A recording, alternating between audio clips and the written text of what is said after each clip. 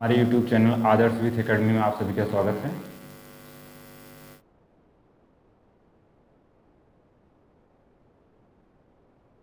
आज जीव विज्ञान की दूसरी क्लास यानी कल की क्लास में हमने कोशिका को बेसिक कोशिका को पढ़ा था। कल हम बेसिक कोशिका को पढ़ लिए थे, जिसमें हमारा बहुत सारा कोशिका के अंदर के बहुत सारे फीचर्स को हमने बेसिक रूप से जान लिए थे। एनिमल कोशिका को आज हम पढ़ेंगे एनिमल एवं पादप कोशिका में अंतर। आज हम क्या पढ़ेंगे? आज हम सिर्फ पढ़ेंगे एनिमल और कोशिका में अंतर। अब देखते हैं एनिमल कोशिका और पादप कोशिका। कल की क्लास में हमने देखा था जो हमारी एनिमल कोशिका थी, यानी जो सेल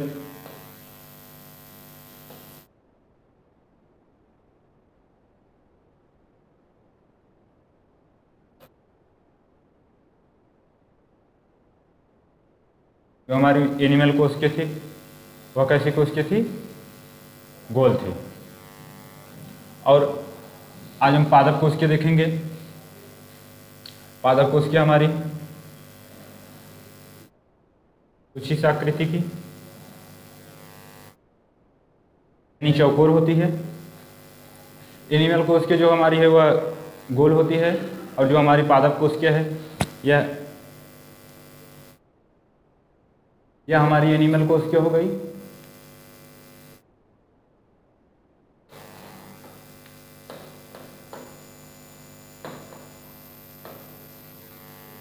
एनिमल्स कोशिका हो गई, यह हमारी प्लांट यानी पादप कोशिका हो गई। अब कोशिका झिल्ली जो होती है वह एनिमल कोशिका में भी पाई जाती है और हमारी पादप कोशिका में भी पाई जाती है। यानी कोशिका झिल्ली सेल मेम्ब्रेन दोनों में पाई जाती है। दोनों में भेद लवक के आधार पर किया गया है, यानी एनिमल कोशिका और प्लांट्स कोशिका यानी पादप कोशिका, दोनों कोशिकाओं में अंतर हमारा लवक के आधार पर यानी प्लास्टिड लवक के अनुरूप किया गया है।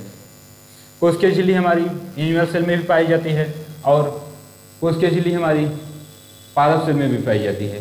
लेकिन पादप सेल में है, इसमें एक कोशिका भित्ति पाई जाती है, के बाहर एक दीवार पाई जाती है जिसे हम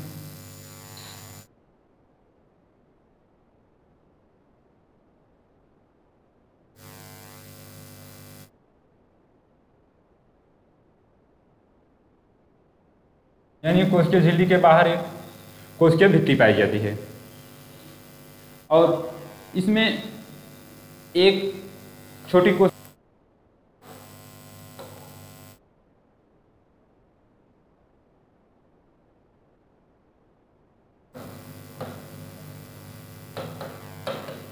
प्लास्टिड जो है यह एक कोशिका है जो हमारी एनिमल सेल में नहीं पाई जाती है। प्लास्टिड सिर्फ पादप सेल में ही पाई जाती है।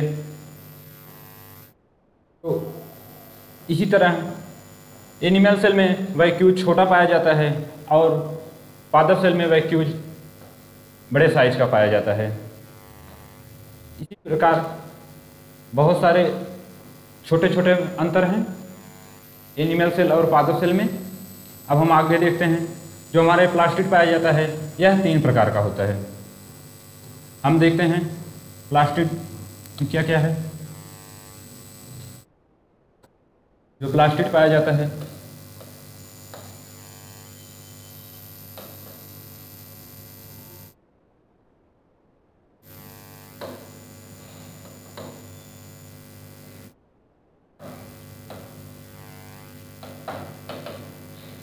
प्लास्टिड यानी लवक, यह हमारा 3 प्रकार का होता है। जो प्लास्टिड है हमारा वह कितने प्रकार का होता है? वह हमारा 3 प्रकार का होता है। प्लास्टिड का काम है पेड़ों में भोजन का निर्माण करना, यानी हमारे शरीर में ऊर्जा माइटोकॉन्ड्रिया के द्वारा बनती है, तो पादप में ऊर्जा का स्रोत प्लास्टिड यानी प्लास्टिड के द्वारा ही बनता है। प्लास्टिड 3 प्रकार का है। एक लवक 3 प्रकार के हैं। पहला हमारा है क्लोरोप्लास्ट। पहला क्या है हमारा? क्लोरो।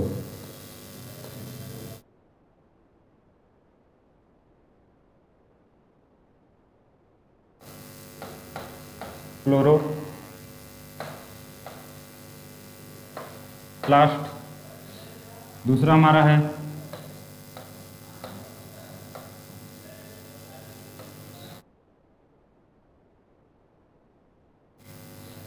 क्या है? दूसरा हमारा है ल्यूकोप्लास्ट।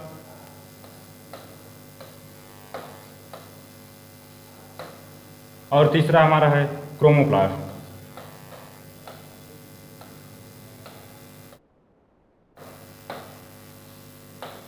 यानी पहला जो हमारा है वह है क्रोमोप्लास्ट, दूसरा ल्यूकोप्लास्ट, पहला हमारा है क्रोलोप्लास्ट, दूसरा ल्यूकोप्लास्ट और तीसरा क्रोमोप्लास्ट। ये जो हमारा क्रोलोप्लास्ट है इसको हम हरित लवक कहते हैं। इसको हम क्या कहते हैं?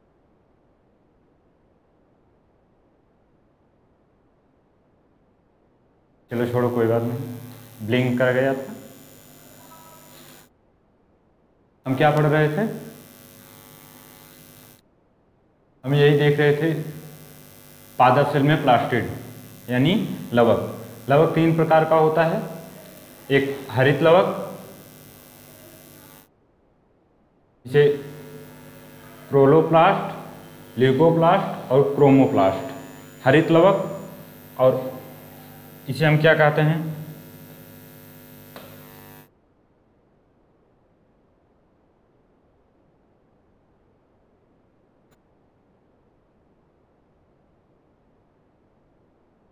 क्या हमारा हो गया? अवर्णित लवक। और ये वर्णित लवक।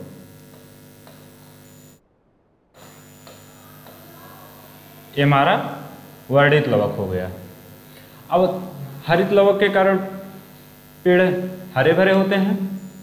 इसका काम है, इसका क्या काम है? इसका काम है, हरित लवक हमारा भोजन बनाता है।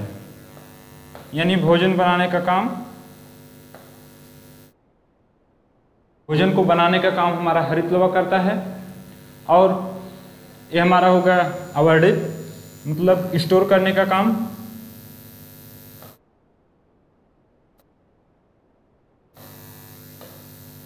एकत्रित करने का काम हमारा अवर्णित लवक करता है। इससे हरित लवक हो गए या भोजन को बनाया, यानी पेड़ की जहाँ भी शाखाएं, पेड़ जहाँ से भी हरा भरा है, यानी हरे कलर उसके जहाँ भी हैं वहाँ से पेड़ अपना भोजन बनाता रहता है। और देखे होंगे पेड़ के तनों में और उसकी जड़ें मोटी होती हैं, वहाँ वह अपने भोजन को एकत्रित करता है। यानी वह जमीन से कुछ भी, जैसे तमाम प्रकार के खनिज जो उसके काम लायक हैं उसे खींचता रहता है और वह भोजन को अपने जड़ों में एकत्रित किए रहता है। यानी भोजन को एकत्रित करने का काम अवर्णित लवक। और जो वर्णित लवक है इसका काम है रंग को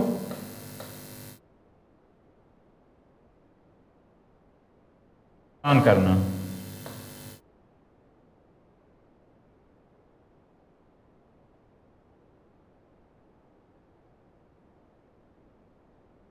वर्णित लवक का काम है यह रंग को प्रदान करता है। वर्णित लवक भोजन बनाता है, अवर्णित लवक भोजन को स्टोर करता है, और हमारा जो वर्णित लवक है यह रंग प्रदान करता है। यानी जब हम देखते हैं हमारा कोई फल है, जैसे आम हो गया, आम पीला है, टमाटर लाल है, यानी टमाटर का लाल रंग देने का काम कौन करता है? तो टमाटर को लाल रंग देने का काम हमारा वर्णित लवक करता है। वह टमाटर हमारा लाल क्यों होता है? तो टमाटर का लाल रंग लाइकोपेन के क्या कारण होता है। और जैसे गाजर हो गई, गाजर का पीला रंग होता है थोड़ा, गाजर को रंग देने के लिए हमारा कैरोटीन, उसी प्रकार चुकंदर हो गया। और मानव में हम लोगों में रंग देने का काम, यानी हम लोगों का सांवलापन, या मान लीजिए हमारे शरीर का रंग किसके कारण होता है? उलवक के कारण नहीं होता है। हमारे शरीर में रंग का काम मिलेनिन करता है, यानी जिसके शरीर में मिलेनिन की मात्रा अधिक होती है वह सांवला होता है, और जिसमें मिलेनिन की मात्रा कम होती है वह थोड़ा सांवला होता है, और जिसमें मिलेनिन की मात्रा नाव मात्र की ही पाई जाती है वह गोरा दिखता है। यानी जो गोरे लोग हैं उनमें मिलेनिन की मात्रा बहुत ही कम नाव मात्र के पाई जाती है। शरीर में मिलेनिन कम होने पर हमें सूर्य की पराबैंगनी किरणें सहने की क्षमता कम होती है। यानी हम जो लोग गोरे होते हैं वो धूप, गर्मी जैसे तमाम चीज़ों को बहुत कम मात्रा में सह पाते हैं। हम लोगों का एक फ़ायदा भी है, हम लोगों में मिलेनिन की मात्रा ज़्यादा है तो हम धूप को काफ़ी ज़्यादा सहन करने की क्षमता रखते हैं। और उसी प्रकार है जैसे जंतु कोश की हमारी गोल हो गई और पादप कोश की हमारी कैसी हो गई? चौकोर हो गई। अब हम इसमें देखें पादप कोशिका में, हमारी पादप कोशिका ऐसी थी, ये हमारी पादप कोशिका हो गई। इसमें कोशिका झिल्ली के साथ साथ कोशिका भित्ति भी पाई गई। कोशिका झिल्ली के साथ साथ क्या पाई गई? कोशिका भित्ति पाई गई। अब एनिमल कोशिका हमारी गोल थी और पादप कोशिका हमारी चौकोर है। एक तो ये भेदभाव हो गया, और दूसरा हो गया कि कोशिका झिल्ली के साथ साथ इसमें कोशिका भित्ति पाई जाती है, और जो हमारी एनिमल कोशिका हो गई ये हमारी पादप हो गई। ये हमारी कौन सी कोशिका हो गई? पादप।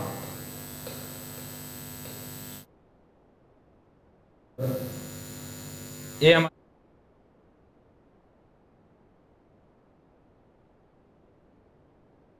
जंतु हो गई। मतलब इसमें कोशिका झिल्ली के साथ साथ इसके बाहरी सतह पर कोशिका भित्ति पाई जाती है, और जो हमारी जंतु कोशिका हो गई यानी एनिमल कोशिका हो गई उसके बाहरी सतह पर सिलिया या फ्लैजुला पाया जाता है।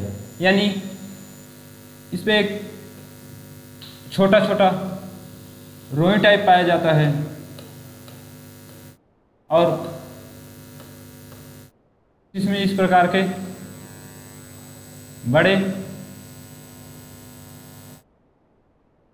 जिसे हम फ्लैजुला कहते हैं। मतलब ये जो छोटा छोटा रोई की तरह दिखाई देता है वह हमारा सिलिया हो गया, और जो उससे बड़ा दिखाई दे रहा है वह हमारा फ्लैजुला हो गया। अब हम आगे चलते हैं। ये तो हमारे हो गए प्लास्टिड, यानी प्लास्टिक 3 प्रकार के होते हैं, उसके क्या क्या काम हैं ये हमारा हो गया। अब हम इसमें देखते हैं जो हमारी जंतु कोश क्या है, और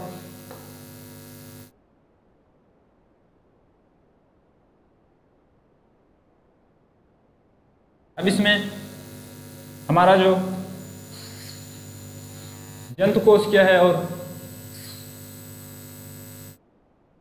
पादप कोश क्या है, उसमें कुछ कॉमन चीजें हैं, यानी जो दोनों में पाई जाती हैं।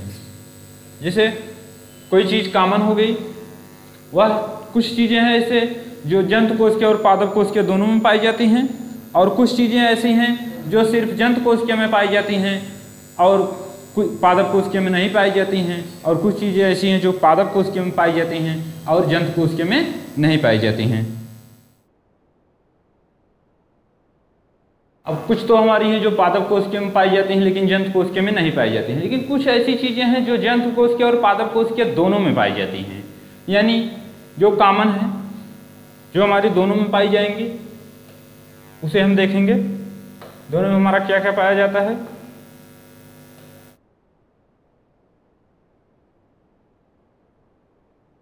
दोनों में दोनों में पाए जाने, एक तो हमारा माइटोकॉन्ड्रिया हो गया,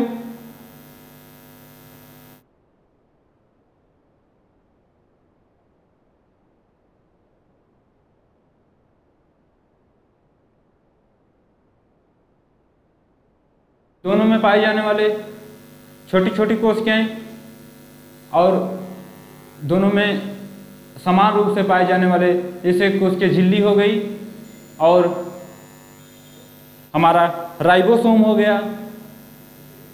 क्या क्या हो गया? एक तो हमारी झिल्ली हो गई, कोशिका झिल्ली, जिसे हम सेल मेम्ब्रेन कहते हैं। एक हमारी झिल्ली हो गई, दूसरा राइबोसोम हो गया,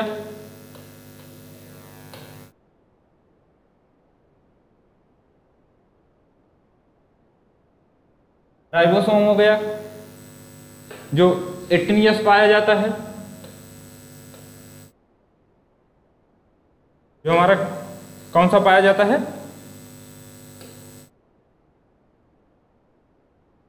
एक्टिनियस। और हमारा गाल्जी बॉडी हो गया, केंद्रक हो गया, और हमारा क्या हो गया? सेंट्रोसोम हो गया। ये जो है दोनों में पाई जाती हैं, यानी एनिमल कोशिका और पादप कोशिका दोनों में पाई जाती हैं। और कुछ हैं हमारे जो सिर्फ पादप कोशिका में पाए जाते हैं। तो पादप कोशिका में कौन कौन पाए जाते हैं? पादप कोशिका में अब इसमें गाल्जी बॉडी हो गया, न्यूक्लियस हो गया, हमारा सेंट्रोसोम हो गया, ये सब दोनों में पाए जाते हैं। लेकिन कुछ ऐसे हैं जो सिर्फ पादप कोशिका में पाए जाते हैं। तो जो ऐसे हैं सिर्फ पादप कोशिका में पाए जाते हैं वो कौन कौन से हैं? एक सेल वॉल हो गया, एक सेल वॉल हो गया, और दूसरा हमारा है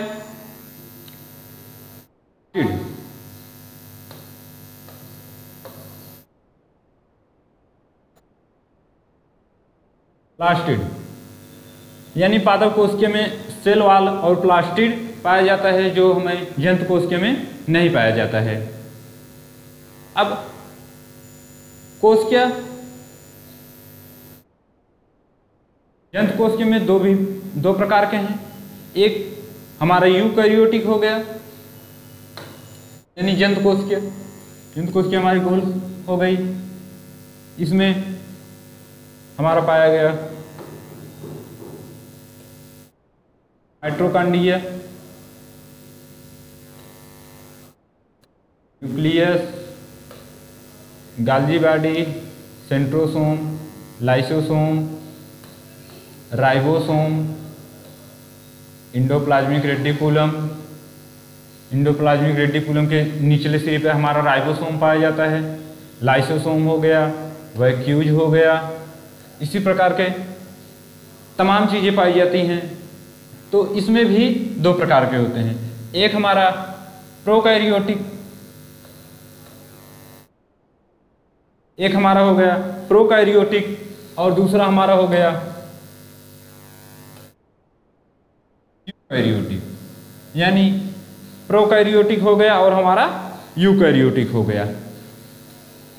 प्रोकैरियोटिक कोशिकाएं जो हैं वह हमारी अविकसित हैं, यानी जो हमारी प्रोकैरियोटिक कोशिकाएं हैं वह हमारी कैसी हैं? अविकसित हैं। प्रोकैरियोटिक कोशिकाएं वायरस जो हमें बीमारियां फैलाती हैं, जो तमाम चीज़ों, यानी वायरस हो गया, लंपी वायरस हो गया, कोरोना हो गया, तमाम प्रकार के जो सूक्ष्म जीव हैं नुकसान पहुंचाते हैं, उसमें प्रोकैरियोटिक पाया जाता है। और जो यूकैरियोटिक हम लोगों के बीच पाया जाता है, यानी मानव के बीच, पेड़ पौधों के बीच, हम लोगों के बीच यूकैरियोटिक पाया जाता है। कहें तो जैसे सिर्फ लड़कों में ही नहीं, लड़कियों में, पेड़ पौधों में, जो हमें आसानी से दिख सकते हैं, सब में पाया जाता है। कल किसी ने यही कहा था कि 70S लड़कियों में पाया जाता है, तो ऐसा नहीं, लड़कियों में भी 80S ही पाया जाता है। तो हमारा एक प्रोकैरियोटिक हो गया, एक हमारा यूकैरियोटिक हो गया। प्रोकैरियोटिक जैसे छोटे छोटे जीवाणु, जो सूक्ष्म जीवाणु हैं, जैसे हमारा कोरोना हो गया, तमाम सारे जो छोटे जीवाणु हैं जिसमें 70S राइबोसोम पाया जाता है, वो हमारे प्रोकैरियोटिक में आते हैं, यानी वो हमारे अविकसित हैं। और जो यूकैरियोटिक मतलब जो पूर्ण रूप से विकसित हो गए हैं, वो यूकैरियोटिक के अंतर्गत आते हैं। यानी प्रोकैरियोटिक जो है वो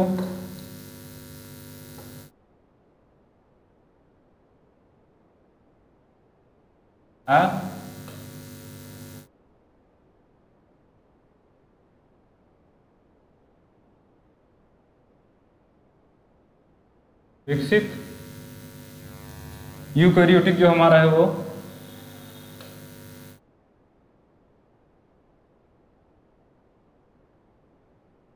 यूकैरियोटिक जो हमारा है वो हमारा विकसित है। अब इसमें है 70S राइबोसोम पाए जाएंगे। इसमें कौन से राइबोसोम पाए जाएंगे? 70S, इसमें 80S।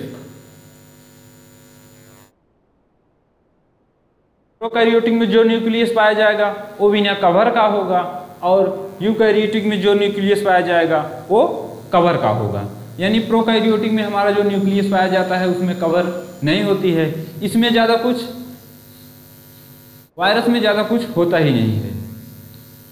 70S राइबोसोम होता है और बिना कवर का न्यूक्लियस होता है।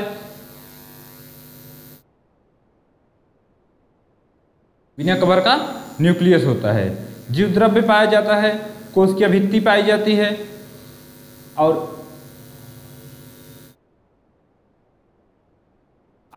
जाता है। इसमें एक आरएनए पाया जाता है और 70S राइबोसोम पाया जाता है, कोशिकीय भित्ति पाई जाती है, और हमारा बिना कवर का न्यूक्लियस पाया जाता है। उसी प्रकार हमारे यूकैरियोटिक में हो गया।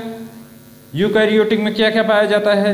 तो यूकैरियोटिक में माइटोकॉन्ड्रिया पाया जाता है, गाल्जी बॉडी पाया जाता है, लाइसोसोम पाया जाता है, 80S राइबोसोम पाया जाता है, सेंट्रोसोम पाया जाता है, इंडोप्लाज्मिक रेडिकुलम पाया जाता है, सेलिया और फ्लैजेला।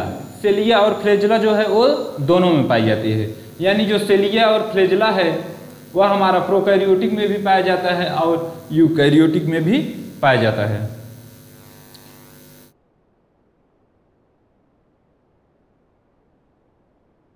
यदि मानव है तो उसमें सेल मेम्ब्रेन पाया जाएगा, और वायरस में जो हमारा वह सेल वॉल पाया जाता है। यानी इसमें हमारा सेल वॉल,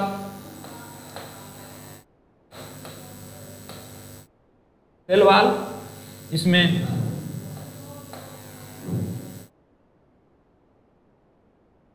सेल मेम्ब्रेन,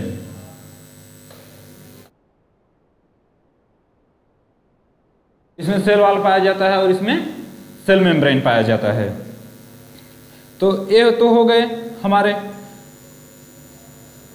अच्छा, एक चीज बताइए कि यूकैरियोटिक में, यानी हमारे कोशिका में कौन सा ऐसा लक्षण है जो प्रोकैरियोटिक का है? यानी हमारे कोशिका के अंदर किस कोशिका में ऐसा लक्षण पाया जाता है जो लक्षण प्रोकैरियोटिक में भी पाया जाता है? तो हमारा माइटोकॉन्ड्रिया हो गया। एक तो हमारा क्या हो गया? माइटोकॉन्ड्रिया हो गया। यानी माइटोकॉन्ड्रिया को निरंतर हरदम काम करना रहता है, उसे ऊर्जा का निर्माण हर समय करना रहता है, इसीलिए वह खुद का एक 70S राइबोसोम, यानी जैसे सब पर्सनल एक ज़्यादा काम करने वाले क्या करते हैं, एक पर्सनल पावर बैंक रखते हैं फोन को चार्ज करने के लिए कुछ लोग। तो उसी प्रकार हमारा माइटोकॉन्ड्रिया जो हो गया वह हमेशा काम करता है, तो वह हमेशा काम करने के लिए तो उसे सब हर लोगों से ज़्यादा। अब इसमें राइबोसोम बनाया राइबोसोम क्या, तो इस राइबोसोम यानी प्रोटीन की ज़्यादा आवश्यकता होती है। हमारा राइबोसोम कुछ प्रोटीन बनाई, यानी राइबोसोम जब प्रोटीन बनाएगा तो वह थोड़ा सा वैक्यूज को भी देगा, लाइसोसोम को भी देगा, सेंट्रोसोम को देगा, गाल्जी बॉडी को भी देगा, उसे ब्रेन को भी देना रहता है और न्यूक्लियस को भी देना रहता है, यानी सबको देगा। तो बहुत ज़्यादा तो देगा नहीं, अब 20 रुपये ही है, उसे 10 लोगों में बांटना होगा तो थोड़ा थोड़ा बटेगा। इसीलिए माइटोकॉन्ड्रिया जो है वह खुद का एक 70S राइबोसोम यानी खुद का रखा रहता है। अभी अभी देखो जो नए नए लोग होते हैं, किचन के अलावा भी घर में गैस रखे रहते हैं और उसी घर में ही अंदर कुछ ना कुछ थोड़ा चाय हो गया, नाश्ता हो गया, जिस प्रकार से बनाते और खाते रहते हैं, उसी प्रकार से जो वो भी अपना एक पर्सनल मान लीजिए प्रोटीन बनाने के लिए राइबोसोम रखे हैं। उसी प्रकार हमारा माइटोकॉन्ड्रिया भी हो गया जो पर्सनल राइबोसोम रखा है यानी प्रोटीन बनाने के लिए। और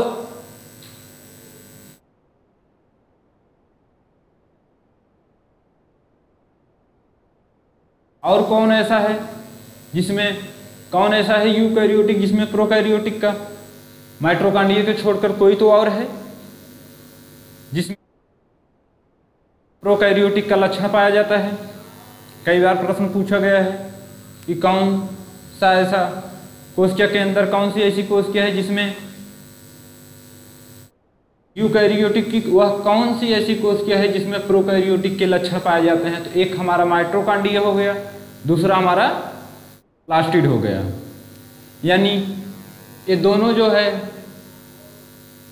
आपस में जो तो हैं तो यूकैरियोटिक के, लेकिन अपने अंदर जो हमारा प्लास्टिड हो गया,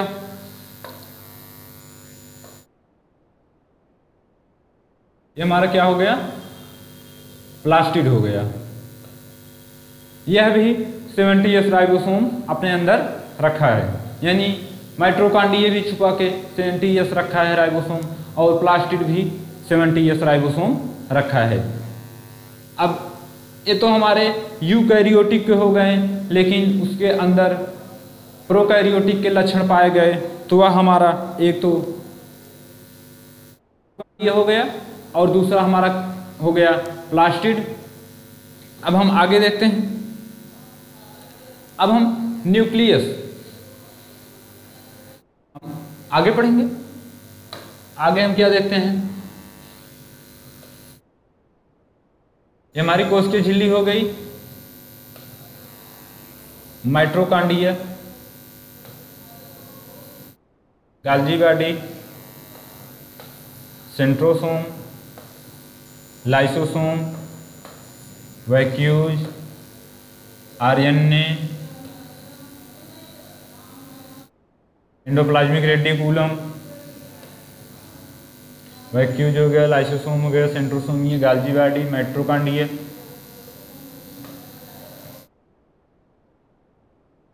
ये हमारा क्या हो गया, न्यूक्लियस हो गया। अब हम न्यूक्लियस के अंदर देखते हैं, यानी न्यूक्लियस के अंदर अब माइटोकॉन्ड्रिया की खोज तो न्यूक्लियस के अंदर, न्यूक्लियस की खोज किसने किया था, तो न्यूक्लियस की खोज रॉबर्ट ब्राउन ने, यानी रॉबर्ट ब्राउन ने सिर्फ न्यूक्लियस को देखकर छोड़ दिए थे। यदि ये रॉबर्ट ब्राउन ही न्यूक्लियस को और जूम करके देखते तो उसके अंदर का भाग भी देख लेते, तो हमें शायद दूसरों को नहीं पढ़ना पड़ता, यानी दूसरे खोजकर्ता के नाम को याद नहीं करना पड़ता। लेकिन ये क्या किए, ये सिर्फ न्यूक्लियस तक की खोज करके चले गए, न्यूक्लियस के बारे में ही खोज करके चले गए। तब इसके बाद इसे जब न्यूक्लियस को और जूम करके देखा गया, न्यूक्लियस को जब और जूम करके देखा गया तो उसके अंदर हमें एक क्रोमोसोम मिला। क्या मिला,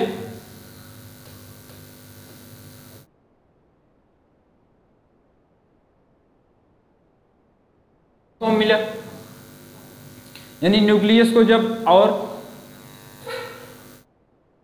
रॉबर्ट ब्राउन के बाद फिर एक नए खोजकर्ता ने उसे और जूम करके देखा, यानी जब वाल्डेयर चाचा आए तो वो क्या किए, न्यूक्लियस को और जूम किए। न्यूक्लियस को और जूम किए तो उन्होंने देखा उसके अंदर एक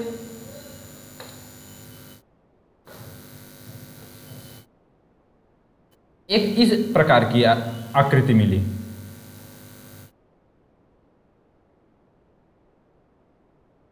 यानी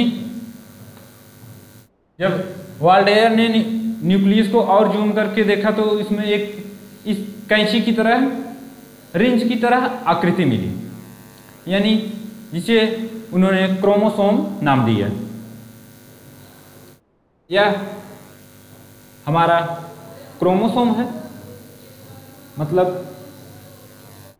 तो उन्होंने क्रोमोसोम नाम दिया। क्रोमोसोम हमारे शरीर में 23 जोड़ा यानी 46 पाए जाते हैं, जिसे एक इधर का हो गया, एक इधर का हो गया, मतलब ये दो हैं, एक जोड़ा है, मतलब इस साइड का एक हो गया, एक इस साइड का हो गया। हम प्लियास देखे हैं, प्लियास भी क्रोमोसोम की तरह है, वह दो पार्ट मिलकर बना है। उसी तरह हमारा क्रोमोसोम हो गया, यह कितना होता है, तो क्रोमोसोम हमारा 23 होता है, 23 जोड़ा होता है, 23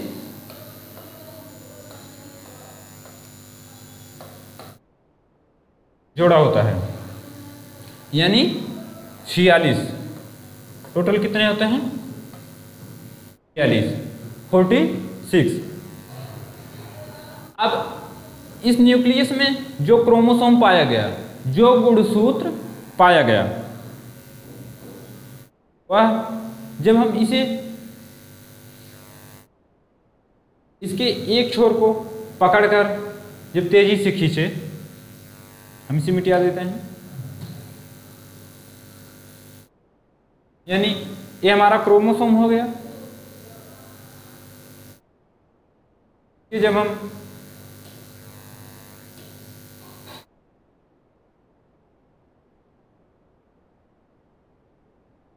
इसके एक सिरे को पकड़कर खींचे तो वह स्प्रिंग की तरह तनी, यानी स्प्रिंग की तरह खींचने पर वह लंबा हुआ। लंबा होने पर उसे जीन, अब इसको किसने खींचा, इसको जोहानसन ने खींचा, यानी केंद्रक के अंदर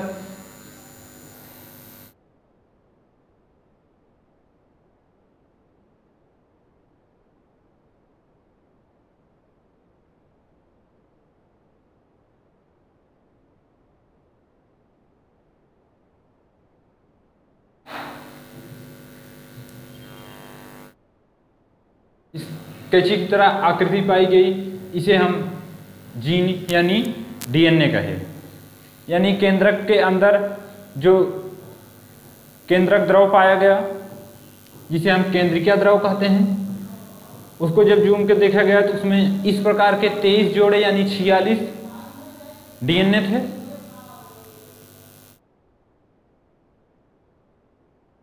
जीन थे, जिसे सबसे पहले कार्लसवर्ग ने देखा। डीएनए को सबसे पहले किसने देखा, कार्लसवर्ग ने देखा। लेकिन इसको लैब तक किसने ले गया, तो डीएनए को लैब तक ले जाने का काम वाटसन क्रिक यानी वाटसन क्रिक, यानी इसे लैब तक ले जाने का काम तो किसने किया, तो इसे लैब तक ले जाने का काम वाटसन क्रिक ने किया। यानी जीन को देखा जियांस ने, सबसे पहले डीएनए को जियांस ने देखा, उसे लैब तक ले जाने का काम वाटसन क्रिक ने किया। अब केंद्रक के अंदर जो द्रव पाया जाता है उसे क्या कहते हैं, उसे न्यूक्लियोप्लाज्मा कहते हैं। न्यूक्लियोप्लाज्मा, केंद्रक के अंदर जो द्रव पाया गया उसे हम न्यूक्लियोप्लाज्मा कहते हैं। और इसमें भी द्रव पाया गया था।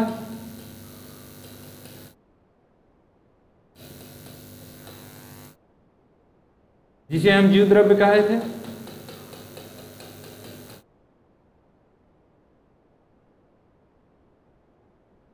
अब बाद में देखा गया तो इसके अंदर भी द्रव पाया गया। उस द्रव को जब जूम करके देखा गया तो उसमें 23 जोड़ी इस प्रकार की आकृति पाई गई, जो टोटल 46 है, जिसे गुणसूत्र या क्रोमोसोम कहा गया। इसकी खोज किसने किया? तो इसकी खोज वाल्डेयर ने किया। और उसके बाद इस जीन को क्या कहा गया? डीएनए कहा गया। यानी क्रोमोसोम को सबसे पहले डिजाइन देने का काम कौन किया? तो क्रोमोसोम को डिजाइन देने का काम यानी वाटसन क्रिक। ओहो,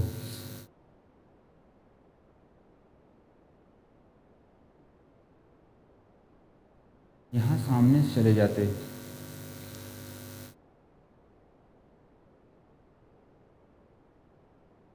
आप चले जाओ, यहीं सामने से जाओ, वहां से छोड़ देगा।